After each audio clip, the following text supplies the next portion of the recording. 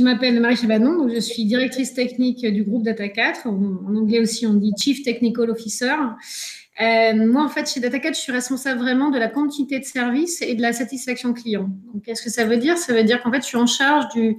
Donc, peut-être revenir 2 minutes sur Data4, même si on le sait, mais c'est vrai que notre métier, nous sommes un hébergeur informatique. Nous concevons, nous construisons et nous exploitons des bâtiments dans lesquels nos clients finaux, que ce soit ça peut être des banques, des industriels ou des grands opérateurs cloud, vont venir mettre leurs serveurs informatiques dans ces bâtiments qui sont des bâtiments sécurisés, climatisés, voilà. Donc moi, à mon poste, je suis responsable vraiment de toute cette partie technique, donc de la conception, de la construction, des opérations et aussi de ce qu'on appelle le service client. Donc en fait, c'est vraiment l'ensemble de la partie technique qui délivre un service au client. Alors, j'ai fait une formation, j'ai une formation d'ingénieur généraliste, mais plutôt, enfin, mes études de fin d'études étaient basées sur les ouvrages d'art, les ponts, les routes, voilà. Donc, je me suis réorientée. Finalement, ça mène à tout et je suis plutôt dans le bâtiment maintenant. Moi, j'ai eu un profil assez rapidement, très direction de projet, donc un profil assez généraliste. La technique m'intéresse beaucoup, mais au service de quelque chose. Donc, j'ai eu des postes divers et variés sur différents types d'industries. Donc, j'ai fait au début des ouvrages d'art, mais je suis passée sur des installations temporaires, toujours sur une direction de projet, sur la partie technique, mais aussi financière, commerciale, juridique. Et je suis venue en 2009 dans le monde du data center un peu par hasard. C'était vraiment une niche à l'époque et j'ai intégré donc une société d'ingénierie qui s'appelle APL et j'ai commencé donc à connaître le data center à ce moment-là, donc ça fait une dizaine d'années. Et en fait, c'est vrai que c'est un secteur très peu connu. Alors, de plus en plus en ce moment, parce qu'on on parle beaucoup du numérique, mais en fait extrêmement riche et qui justement allie quelque chose qui pour moi est très important, c'est la technique au service d'un client ou au service voilà d'un usage, on va dire. Alors, nous avons des missions qui sont multiples et effectivement des métiers qui sont peu connus.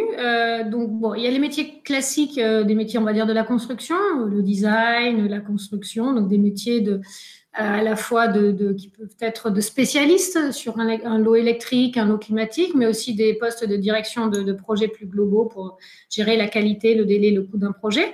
Nous avons aussi les métiers un peu standards de la maintenance des infrastructures. Et puis après, nous avons des métiers qui sont vraiment spécifiques au data center. Par exemple, parce qu'on a un service de customer service, donc ce qu'on appelle les customer service managers, qui vont vraiment être des gestionnaires de compte et qui vont être le point de contact de nos clients au quotidien pour comprendre leurs besoins, délivrer le service, faire le relais avec les équipes internes. Donc ça, c'est vraiment une équipe assez féminine d'ailleurs. Et on voit que les femmes dans ce métier-là apportent aussi, j'allais dire, certaines compétences que peut-être certains hommes n'ont moins voilà, dans cette relation plutôt commerciale, on va dire.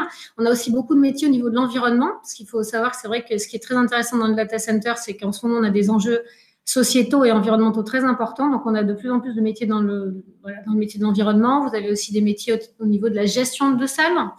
Là, on travaille avec les plombiers du numérique pour former justement des nouvelles générations sur ces métiers-là. Donc, c'est des métiers assez variés, à la fois très techniques, mais pas que, sur l'énergie, encore une fois, ou sur le service client.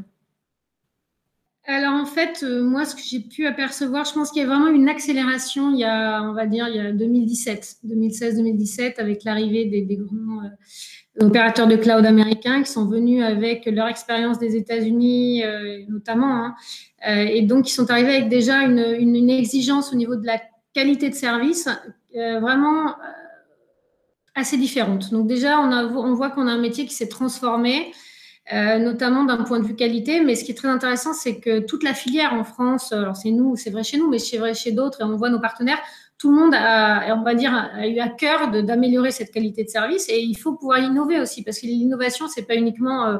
pour moi, l'innovation, c'est commencer déjà à penser différemment et arrêter de faire ce qu'on faisait avant, d'essayer de penser les choses différemment, de faire mieux peut-être, de faire différemment, pas uniquement des grandes innovations techniques. Donc, il y a eu ce premier sujet vraiment sur l'amélioration de la qualité de service. C'est plutôt d'un point de vue opérationnel. Il y a eu un très gros enjeu qui s'est accéléré. La filière travaille dessus depuis une dizaine d'années, mais ça s'est accéléré. C'est tout l'enjeu environnemental, énergétique au premier point. Donc, on a beaucoup travaillé tous sur des designs plus efficients, utilisant du free cooling ou du free chilling pour vraiment améliorer la performance énergétique de nos data centers. évidemment pour l'environnement, mais aussi pour des enjeux assez business. Hein, je pense qu'il faut être très clair. Donc ça a été le gros enjeu d'un point de vue technique, mais qui, pour moi, on arrive vraiment sur la fin de cette période, parce qu'on a quand même commencé tôt. C'est peu connu, mais les acteurs du data center sont des acteurs qui sont très conscients de tout ça, ils sont des gros consommateurs, et ça depuis longtemps. Donc je pense que c'est important. Et là, on est plutôt maintenant sur des enjeux qui vont au-delà, qui sont des enjeux environnementaux. Empreinte carbone, analyse du cycle de vie. Donc voilà, aller au-delà de l'énergie et voir quel est vraiment notre impact, nous, en tant qu'opérateurs de data center, sur l'environnement au sens large, quoi. Donc ça, c'est la nouvelle tendance.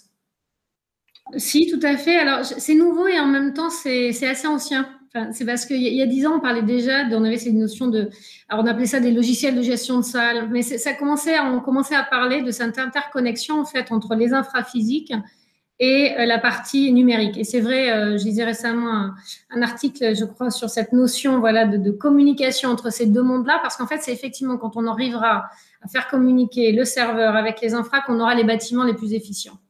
Enfin, je veux dire, on le sait, 80% d'une consommation, c'est déjà les serveurs. Après, c'est 20%. Et dans les 20%, c'est 80% de clim à peu près.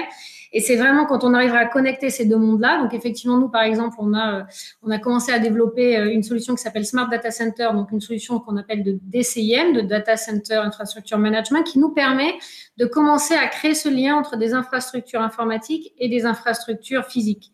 Ceci étant dit, pour nous, acteurs de la colocation, par exemple, on a une certaine limite puisque nous ne maîtrisons pas l'informatique de nos clients. Ce sont vraiment des responsabilités différentes. Donc, des acteurs de cloud, vraiment, eux ont cette capacité, à partir de la charge informatique, de gérer la ressource technique. Et vous avez tout à fait raison. Ce serait le jour où on y arrivera, on aura des bâtiments tout automatisés qui, à partir d'un usage et donc d'une charge informatique, pourra, adapter, moduler la consommation technique des équipements. Donc, ça s'accélère. Je pense que c'est effectivement, vous avez tout à fait raison, on va arriver à un moment donné où ça va être mature. Pour l'instant, je pense qu'on est quand même toujours sur cette pente. Il y a des choses qui sont compliquées en termes de responsabilité qui nous empêchent d'aller beaucoup plus loin pour l'instant. Mais vous avez raison, c'est l'avenir.